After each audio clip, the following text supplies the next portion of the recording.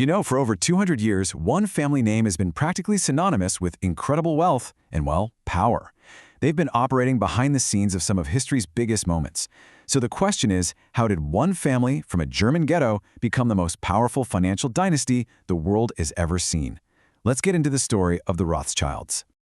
Okay, picture this. The year is 1875. The British Empire is eyeing control of the Suez Canal, the single most important waterway on the planet. But there's a catch. They need a ton of money, and they need it, like, yesterday. Parliament's not even in session. So who do they call? Not another country, not another king. They call a family. We're talking about a cool £4 million, which, by the way, is worth hundreds of millions today. The British Prime Minister at the time, Benjamin Disraeli, he didn't even bother with the Bank of England. He went straight to Lionel D. Rothschild. And just like that, with one single deal, Britain secured its lifeline to the empire, and the Rothschilds cemented their status as the world's banker. So how on earth do they get that powerful?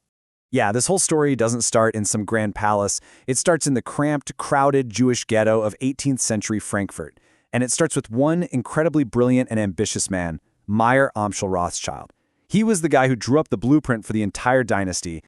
Mayer's rise was basically a masterclass in finance, and it happened in 3 key steps. Okay, so first, he dives into an apprenticeship at a top bank to learn the ropes. Next, he gets in good with one of Germany's richest rulers, which gives him access to a massive amount of capital. But here's where his real genius kicked in: the Napoleonic Wars. While all of Europe was just in total chaos, he saw a huge opportunity, financing governments on both sides and smuggling goods to build an insane fortune right in the middle of all that turmoil. Mayer was smart. He knew that for the family's power to really last, it had to be bigger than just Frankfurt.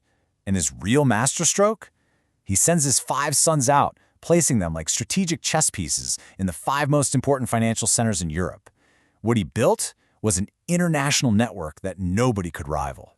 Look, this was not your average family business. Oh no, this was basically a private intelligence agency and a financial network all rolled into one.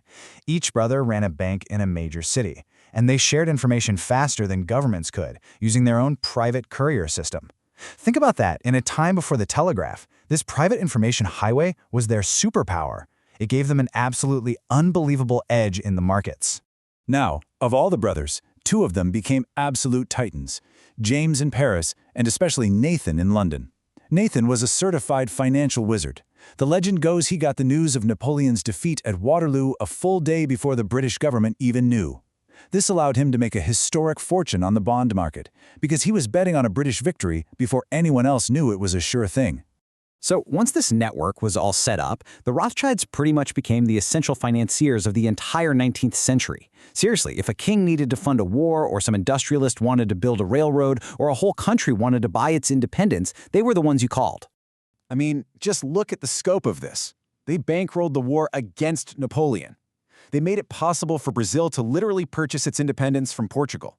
They even provided the massive loan that allowed the British Empire to abolish slavery by compensating the slave owners.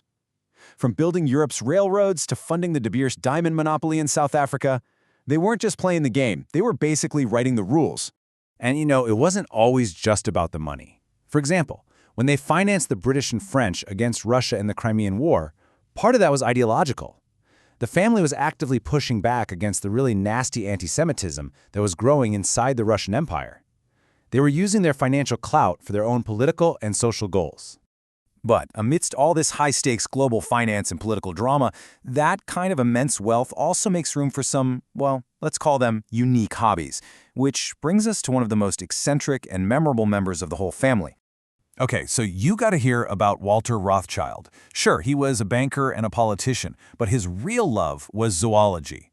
He built one of the largest private natural history collections on Earth, and in this just legendary move, he trained 4 zebras to pull his carriage and then drove them right up to Buckingham Palace, all to prove that zebras could be tamed. Yeah, for some reason, zebra-drawn carriages didn't exactly take off. But as they say, nothing lasts forever. And that golden age of just obvious, in-your-face power, it was about to face some serious headwinds. The 20th century brought a completely new world order and a whole series of devastating challenges that would push the dynasty to its absolute limits. And these challenges, they just kept coming, one after another. First, you had these new industrial giants like Rockefeller popping up and creating competition. Then, the Great Depression hits, and their huge Austrian bank just collapses in 1931. Then came the ultimate threat, the rise of the Nazis, who seized their assets and made the family a central figure in their vile propaganda. And even after the war, things kept changing. The final blow, in a way, was when the French government nationalized their main bank in Paris in 1981. And we absolutely have to talk about this dark side of their story. Because of their success, and because they were Jewish, they became this perfect target for hateful conspiracy theories. And frankly, that same garbage fuels hatred and misinformation even today. So, where does all this leave the Rothschilds today? Well, they did what they've always done. They adapted, they evolved. Their power went from this really public, visible thing to something much more discreet, much more modern. Okay, let's frame this in a way that makes sense today. Rothschild power was all about family. It was centralized, and it was tied to financing governments.